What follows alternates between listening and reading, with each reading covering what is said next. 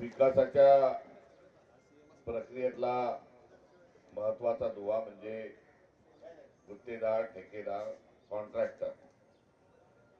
ऐकावं ते नवलच.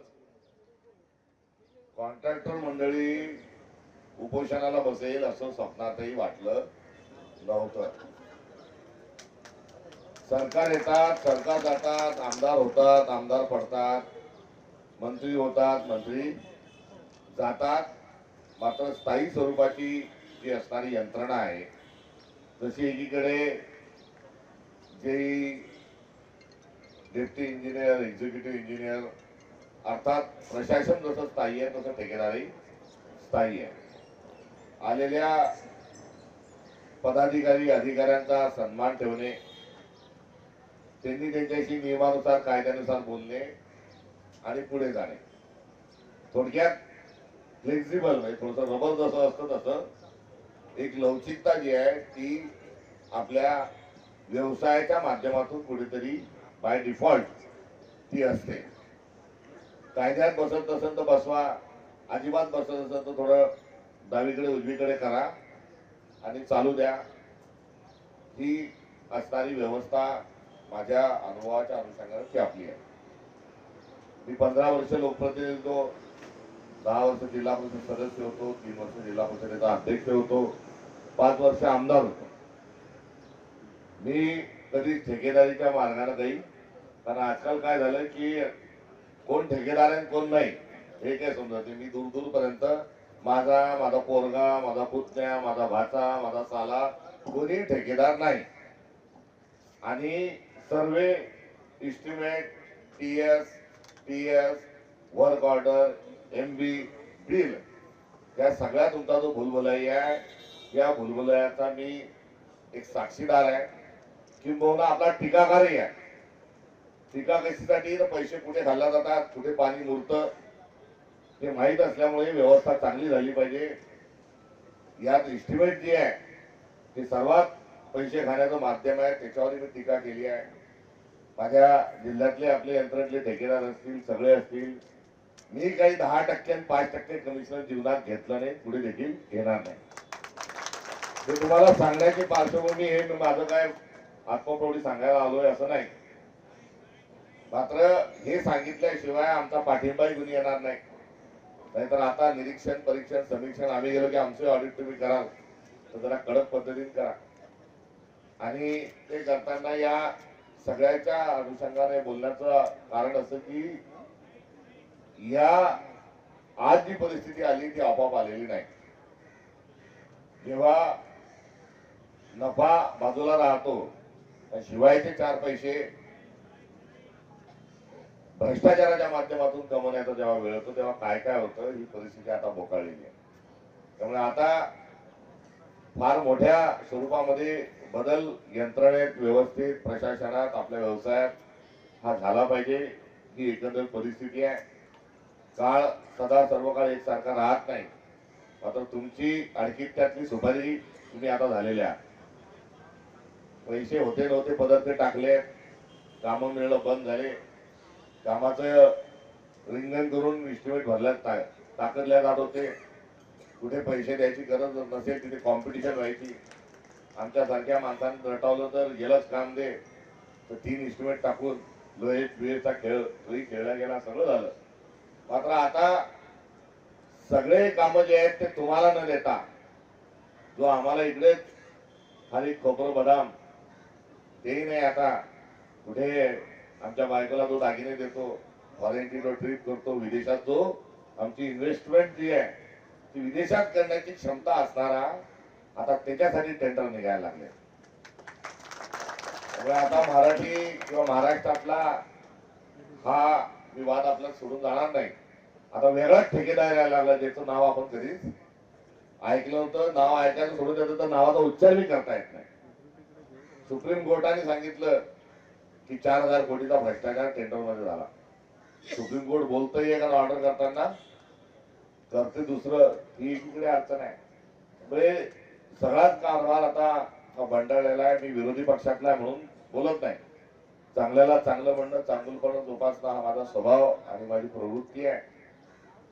आपल्या सगळ्यांना उपोषणाला बसणं म्हणजे घरघर नाही तर यंत्रणा आता कुठेतरी आयसीयू पेक्षाही मोठ्या वाढत गेली आहे. फक्त आता मॉर्चरीत म्हणजे मुर्दा घरात जाऊ देऊ नका यासाठी असणारी शेवटची धडपड आहे. बरोबर बोलतोय का तुम्ही? बोलतोय.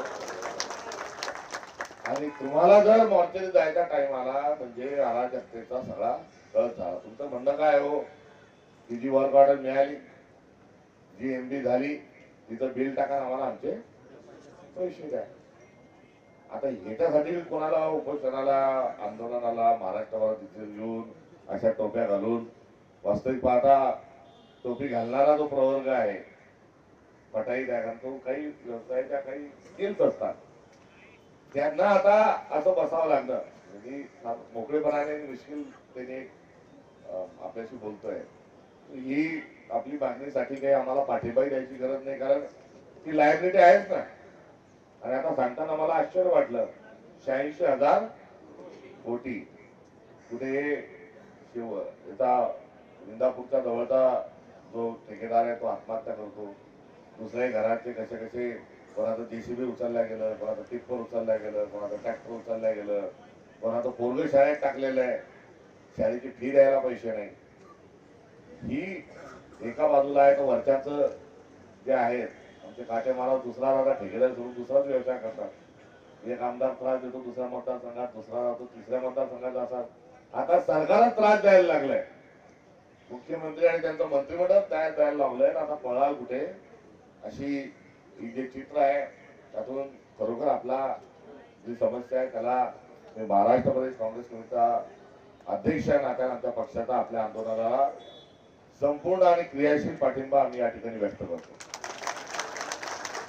मी आल्यानंतर मला दुसरी एक गंमत वाटली की आम्ही कुठे कार्यक्रमात गेलो की जरा पुढाऱ्यांना सवय असते की आगे बढो हम तुम्हारे साथ है. आता ठेकेदार बांधवांनी म्हटलं तुम आगे बढो हम तुम्हारे साथ है. याचा अर्थ काय? तिथे घोषणा द्यायला नाही बाबा, आता तुम्ही सत्तेत या आणि आमचे मुलं काढून द्या. असा तुमच्या या घोषणेचा मी अर्थ हा घेतो. मात्र कळ सोसणं आता 3 वर्ष, अजून 3 वर्षाचा काळ म्हणजे पुला खालून बरंच पाणी जाणं बाकी आहे. आमचं काय व्हायचं नाही व्हायचं ते 2029ला होऊ द्या. आम्ही जे करायचं आमचं ते करा. मात्र 3 वर्षापर्यंत जर तुमचे 86 कोटी दिले, 1000 कोटी दिले नाही तर ते अवघड आहे. तुम्ही मुंबईला का आले ते सरकारला शरम वाटावी, लाज वाटावी, त्यांनी आपले बिलं काढून द्यावे. हा एक आपला असण्याचा दबाव आणण्याचा हेतू असू शकतो. मात्र लाज असलं, शरम असली तरच काढला देवी. शर्म उनको आती है जो शर्म से घबराते हैं. शर्म उनको आती है जो शर्म से घबराते हैं. हम तो ठहरे बेशरम, शर्म ही हमसे घबरा जाती है. असं आपलं मंत्रालय आहे. आता तुम्ही त्यांची काय वाभाळे काय शरम काढणार आहे? एक एक एक एक प्रकरण सांगितलं तर राजकीय भाषण होऊन जाईल. कोणत्या ग्राउंडवर आल्यावर कोणता शॉट मारावा याचं भान आम्ही पण ठेवलं पाहिजे. हा काही राजकीय कार्यक्रम नाही.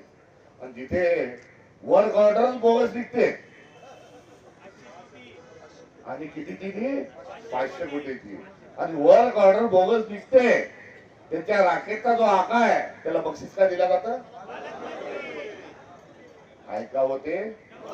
आता पूजा कशाने करायची, पायातल्या तावदानं करायची का अजून कशाने करायची एवढाच प्रश्न हा राहिलेला आहे. आता अशा मुख्या बहिऱ्या आणि आंधळ्या प्रशासनाच्या विरोधात आपण कसं लढू शकतो हे आपलं सर्वांचं असणारं सत्व परीक्षा आहे. मात्र हा देश संविधानाने चालतो. To the people, by the people, for the people. आणि एका झिंझिनने या देशात काय क्रांती करून दाखवली आहे ते आपण बघितलंय. ज्याचं कळतं त्याला कळतं. झिंझिनचं काय जळू राहिलं की डिग्री आहे नोकरी नाही, परीक्षा आहे पेपर लीक, आपला काहीच वेळ नाही.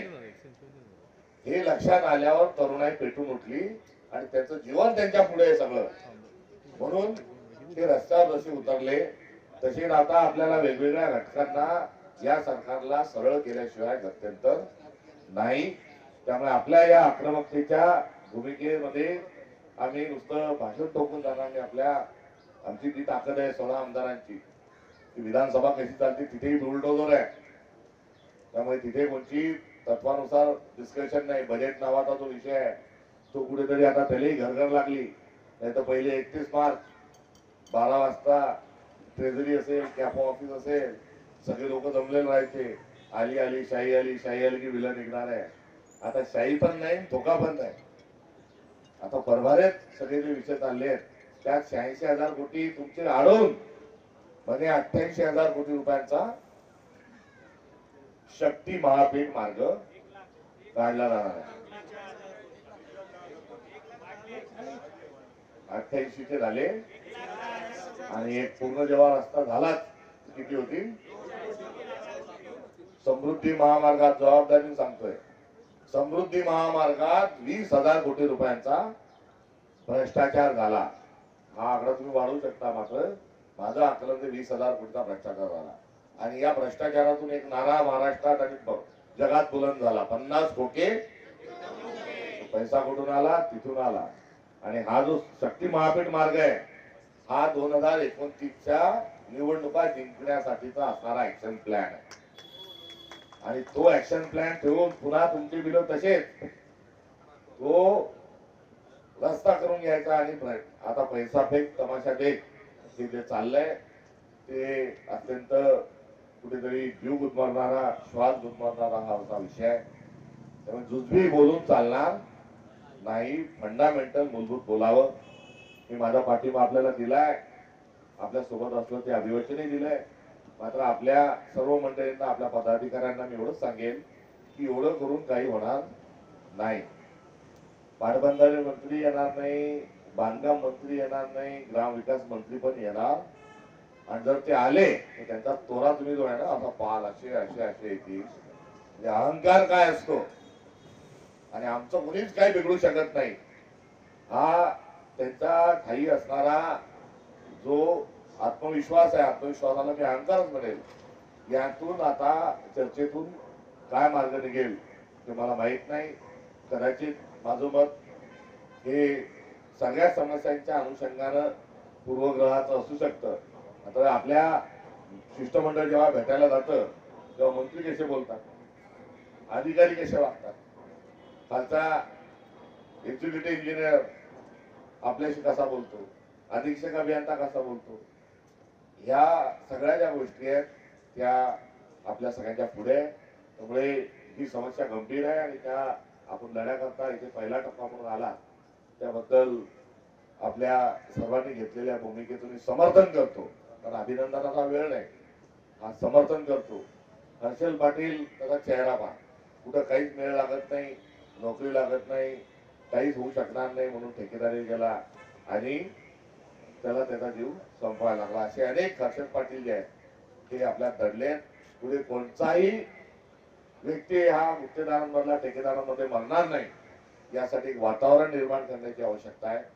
त्यामुळे तुम्ही आपण सर्वजण त्या निराशेच्या विरोधात आपण लढू. आणि आशेचा किरण काय तर संविधान आणि लोकशाही हा असणारा आपला आशेचा किरण आहे. खुशामत करून जमणार नाही, मुकरदम म्हणून आपल्याला फिरता येणार नाही. माझी ती आपल्याला सूचना राहिली. मुकादम म्हणजे काय, तो वरच्याचा मोका घ्यायचा आणि खालच्याला दम द्यायचा म्हणजे मुकादम. आता वरचा मोका घेऊ देत नाही, खाली दम कोणाला देणार. आणि आता उलट करा, वरच्याला दम द्या आणि खालच्याचा. ही व्यवस्था आपल्याला आता उलटा दम मोका हा पॅटर्न पुढे जावं लागणार आहे. त्यामुळे एवढंच या निमित्ताने या ठिकाणी बोलतो. आमचे नेते राहुल गांधी हे विद्यार्थी संवादासाठी पुण्याला येणार असल्यामुळे 5 दिवसापासून तिथेच होतो. काल आमचा मित्र त्यांनी बुलढाण्याच्या वतीनं त्यांनी फोन केला, आग्रह केला, आज 2-3 कामं होते म्हणून आपल्याला भेटता आलं. मात्र ही भेट आणि आमची सगळ्याची चर्चा ही पुरेशी नाही. काहीतरी त्याच्या बुंद्यावर घाव कसा घालता येईल त्याचा विचार करा.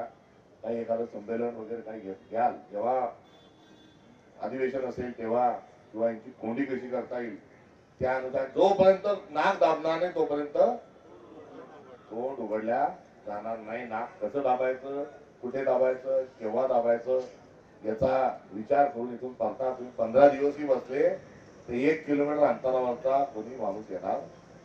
उपोषणालाही बसले तरी त्याचा काही परिणाम होणार नाही असं संवेदनहीन निर्लज्ज अशा स्वरूपाचं जे सरकार आहे त्याच्याशी लढताना आपल्याला निर्लज्ज बेशरम होता येणार नाही.